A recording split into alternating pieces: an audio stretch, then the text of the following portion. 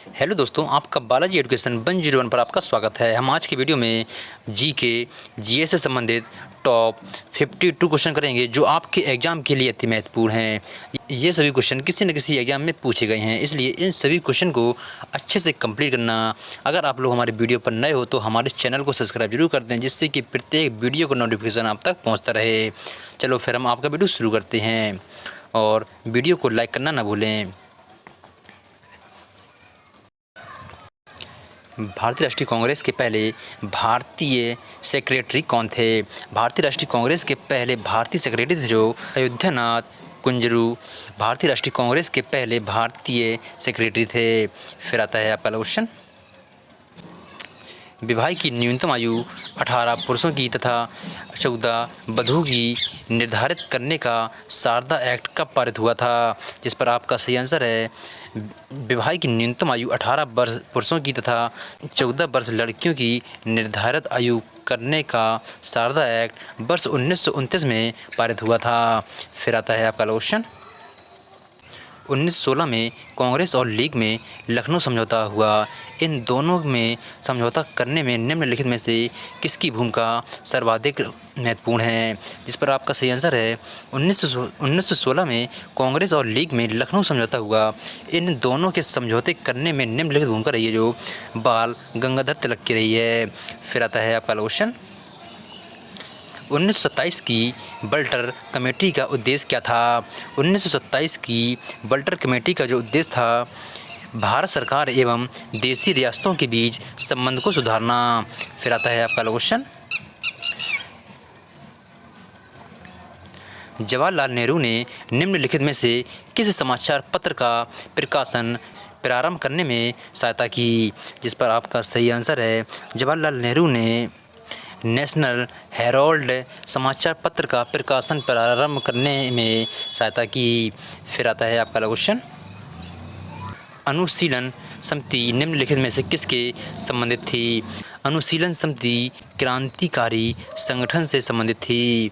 फिर आता है आपका क्वेश्चन, निम्नलिखित में से कौन सी घटना 1916 में घटित नहीं हुई थी?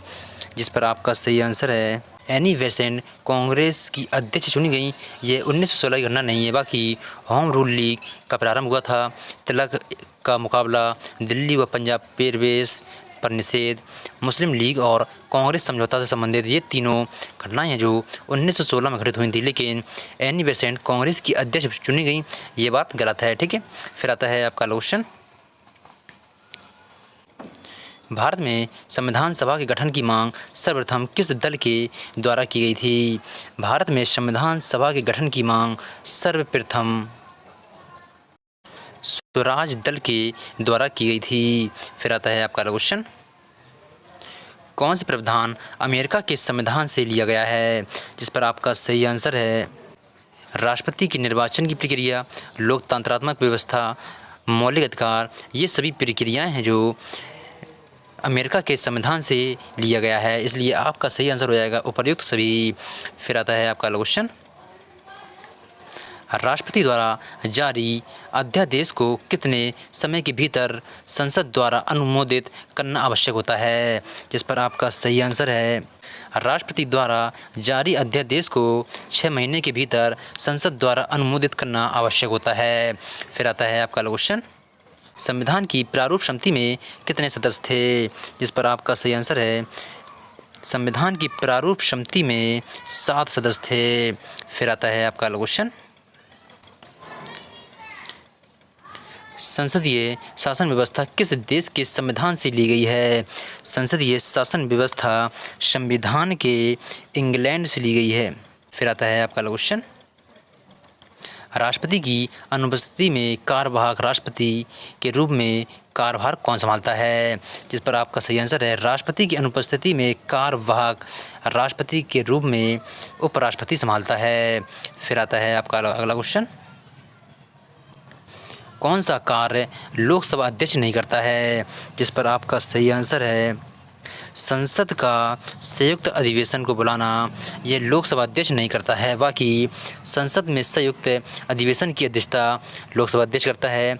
दल बदल संबंधी विधान सुलझाना ये भी लोकसभा अध्यक्ष करता है, और कोई विधायक है या नहीं ये प्रमाणित भी करता है। ये तीनों कार्य लोकसभा अध्यक्ष करता है, लेकिन संसद का संयुक्त अधिवेशन बुलाना ये लोकसभा अध्यक्ष का कार्य नहीं है।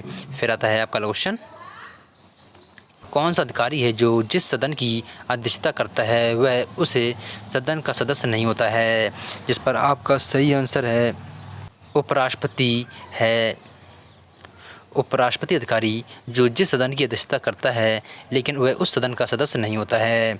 फिर आता है आपका क्वेश्चन, रेल उद्योग से संबंधित नहीं है, जिस पर आपका सही आंसर है रेल उद्योग से सिंगरानी संबंधित नहीं है, बाकी चित्तरंजन, पेरम्बूर, कपूरथला ये तीनों रेल उद्योग से संबंधित हैं। फिर आता है आपका क्वेश्चन, किस उद्योग में सर्वाधिक महिलाएं कार्यरत हैं? जिस पर आपका सही आंसर है चाय के उद्योग में सर्वाधिक महिलाएं कार्यरत हैं।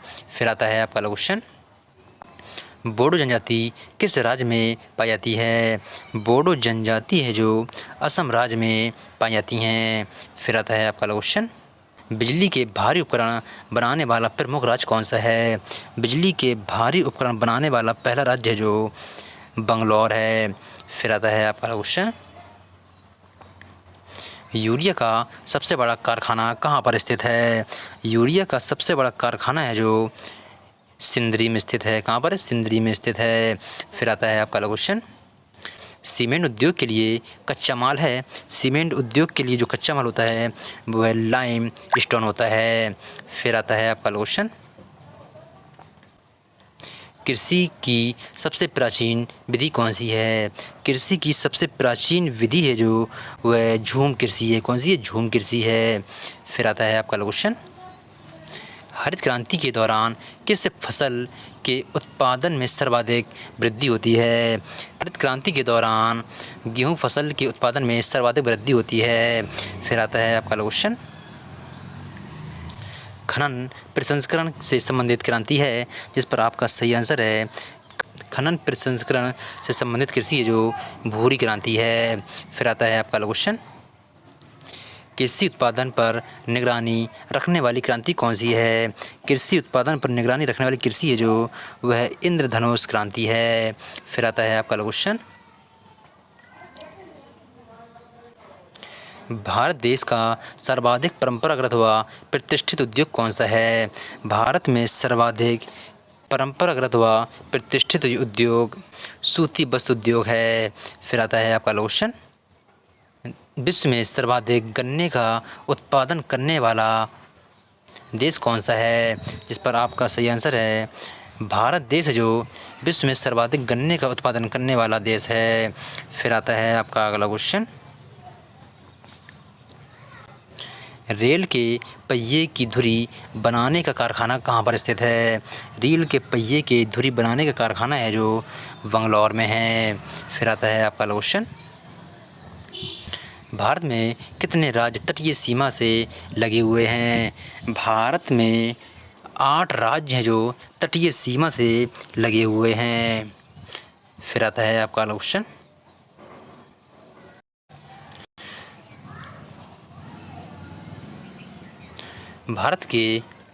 भारत के कितने राज्य तटीय सीमा से लगे हैं? भारत के 9 राज्य तटीय सीमा से लगे हुए हैं। फिर आता है आपका क्वेश्चन, कौन सी नदी अंतर्राष्ट्रीय नदी नहीं है? इस पर आपका सही आंसर है गोदावरी नदी है जो अंतर्राष्ट्रीय नदी नहीं है, बाकी गंगा नदी, ब्रह्मपुत्र नदी, सिंधु नदी ये तीनों नदी हैं जो अंतर्राष्ट्रीय नदी हैं।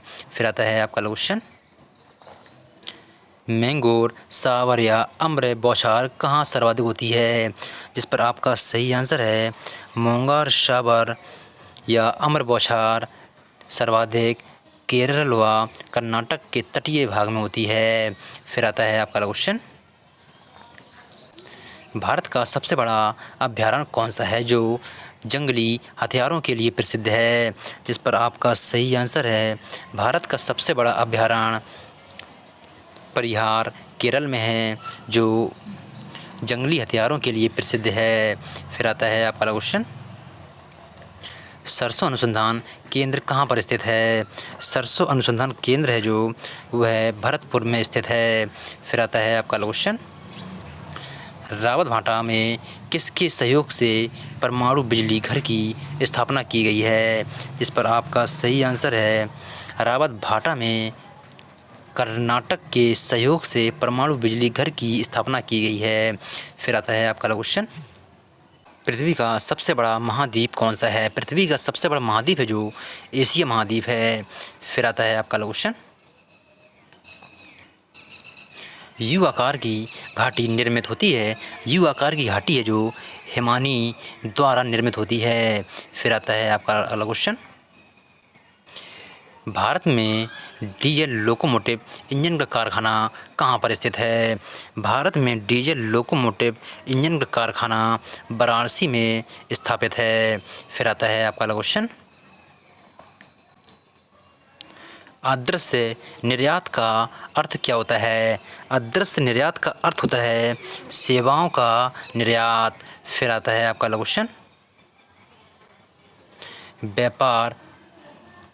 विश्व व्यापार संगठन का मुख्यालय कहाँ पर है? विश्व व्यापार संगठन का मुख्यालय है जो जिनेवा में है। फिर आता है आपका अगला क्वेश्चन, फिरोजाबाद किसके उत्पादन के लिए मशहूर है? फिरोजाबाद है जो चूड़ियों के उत्पादन के लिए मशहूर है। फिर आता है आपका अगला क्वेश्चन, 2011 की जनगणना के अनुसार निम्नलिखित राज्यों में से किसके लिंगानुपात उच्च हैं? जिस पर आपका सही आंसर है 2011 की जनगणना के अनुसार हिमाचल प्रदेश राज्य के लिंगानुपात उच्च है। फिर आता है आपका अगला क्वेश्चन, भारत में प्रथम निर्यात जनगणना किस वर्ष की गई थी? भारत में प्रथम निर्यात जनगणना वर्ष 1881 में की गई थी। फिर आता है आपका अगला क्वेश्चन, दो समांतर तारों में यदि एक ही दिशा में धारा प्रभावित की जाए तो उनके मध्य कौन सा बल होगा? जिस पर आपका सही आंसर है दो समांतर तारों में यदि एक ही दिशा में धारा प्रभावित की जाए तो उनके मध्य आकर्षण बल होगा। फिर आता है आपका अगला क्वेश्चन, लेकांसी सेल है। जिस पर आपका सही आंसर है लेकांसी सेल है जो ये एक प्राथमिक सेल है। फिर आता है आपका अगला क्वेश्चन, लेकांसी सेल में पाए जाने वाले दोष कौन से होते हैं? लेकांसी सेल में पाए जाने वाले दोष होते हैं जो ध्रुवण तथा स्थानीय क्रिया है जो ये लेकांसी सेल में पाए जाने वाले दोष होते हैं, इसलिए आपका सही आंसर हो जाएगा उपर्युक्त दोनों। फिर आता है आपका क्वेश्चन, बैटरी या सेल में प्राप्त धारा होती है। जिस पर आपका सही आंसर है बैटरी या सेल में प्राप्त धारा होती है जो वह दृष्ट धारा होती है। फिर आता है आपका क्वेश्चन, किस धारा में आवर्ती का मान शून्य होता है? जिस पर आपका सही आंसर है दृष्ट धारा में आवर्ती का मान शून्य होता है। फिर आता है आपका क्वेश्चन, विद्युत शक्ति का छोटा मात्रक है। जिस पर आपका सही आंसर है विद्युत शक्ति का सबसे छोटा मात्रक होता है जो वह वाट होता है। क्या होता है? वाट।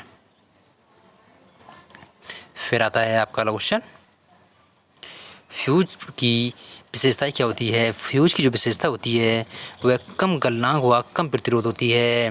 फिर आता है आपका क्वेश्चन, यदि विभिन्न बल्ब समांतर क्रम में जोड़े हों और पावर एकदम बढ़ जाए तो कौन सा बल्ब पहले फ्यूज होगा? जिस पर आपका सही आंसर है सबसे पहले 100 वाट वाला बल्ब फ्यूज होगा। फिर आता है आपका क्वेश्चन, खाद के रूप में काम आता है। जिस पर आपका सही आंसर है ammonium sulphate, urea, super phosphate, ये तीनों खाद के रूप में कार आते हैं, इसलिए आपका सही आंसर हो जाएगा उपर्युक्त सभी। फिर आता है आपका अगला क्वेश्चन, पौधों को सबसे कम किस तत्व की आवश्यकता होती है? जिस पर आपका सही आंसर है पौधों को सबसे कम पोटेशियम तत्व की आवश्यकता होती है। यह सभी 52 क्वेश्चन को अच्छे से कंप्लीट करना। फिर मिलते हैं कल के नए वीडियो के साथ, तब तक के लिए जय हिंद जय भारत।